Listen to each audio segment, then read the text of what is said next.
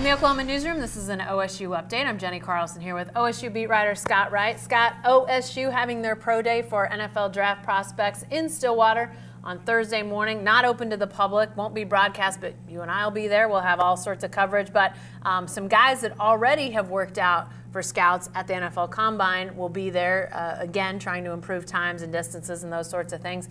One of those guys is Chris Lacey, who was something of a surprise invite to the Combine, but what could he potentially do at Pro Day to help himself? Well, this is a chance for him to get a little bit closer interaction with some of the scouts, any general managers or coaches that show up. That they'll want maybe to see some specific things that he can do, see some specific pass routes, different things like that. See, you know, he showed the measurables. Good 40 time at 4.51 with at 6'3", 205. He was one of the faster guys at that size. You know, good arm length, good jumps, things like that really stood out and really helped his case. Verified the invitation that he got that a lot of us didn't see coming. So he took advantage of that opportunity. This gives him a chance now to do some more specific things for what NFL people might want to see from him. Obviously, they look back at the tape. They look at the numbers, they're not going to be wowed.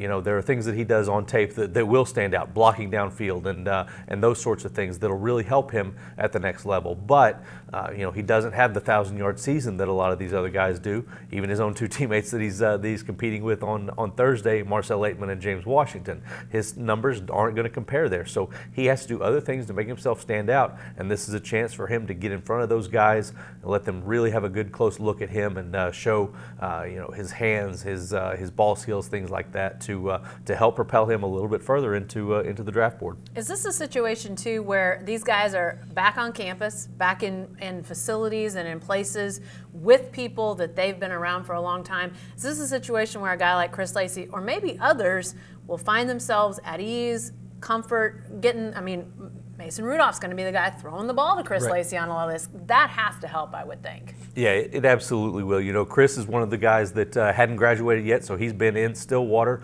working out. And so when you get plucked out of that comfort zone and go to Indianapolis, you've got all these guys, and it's a really strange environment there at the Combine. You know, weird things can happen. So you get back in your comfort zone there at the indoor facility across from Boone Pickens Stadium, where you're in your own weight room there at Boone Pickens. Things can change, and so you have an opportunity to be a little bit more comfortable. Like you mentioned, Jenny, catching passes from Mason Rudolph like he's done for 4 years. It's going to be a big benefit.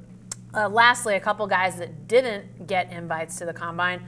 Maybe a little bit of a surprise, sort of in the same way Chris Lacey's invite to the Combine was, that being Zach Crabtree especially, and DeQuinton Osborne, offensive lineman, defensive lineman. But this is their chance to get in front of these scouts. What do these guys need to do on Thursday? Well, Crabtree obviously needs to go and show his agility as a big 6'7", you know, 310-pound right tackle. Show the movement that NFL scouts and coaches and general managers want to see from a guy at the right tackle position. I think that he's a guy with his size, his body of work, and his ability has a chance to be a late round draft pick. Like you, I was surprised that he did not get that Combine invitation, but they've only got so many spots for offensive linemen, and there's only so much that offensive linemen can do at the Combine. So Pro Day is a really big day for him. He's a guy that I think has the ability, the intelligence to go play at the next level. So this will be a really big day for him. DeQuinton Osborne, a guy that maybe people look at his size and don't see him being an NFL defensive tackle, being only about 6 feet tall, a 310-pound guy right in that range. But the thing that has always stood out since he's been at Oklahoma State, whenever NFL scouts were coming by, was his short area quickness, his explosion, that quick twitch quickness that they love to talk about. His ability to use his size to his advantage, use leverage to get underneath the blocks of guys, get around them quickly.